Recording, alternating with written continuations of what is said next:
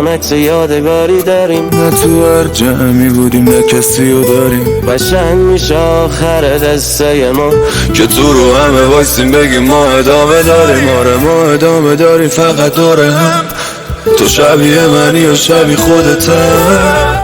میدونی بدجوره عاشقتم، دیوونت نیستم مخالتم. توی رابطه با تو بدون بازنده منم، اون که با خنده اومد ولی با خنده نرفت. تو گرفتی قلبم و هدف گرفتی همه روزای سردم و بغل. خودم خواستم بدی تو ندیدم، بی دلیل شدی تو همه دلیلم.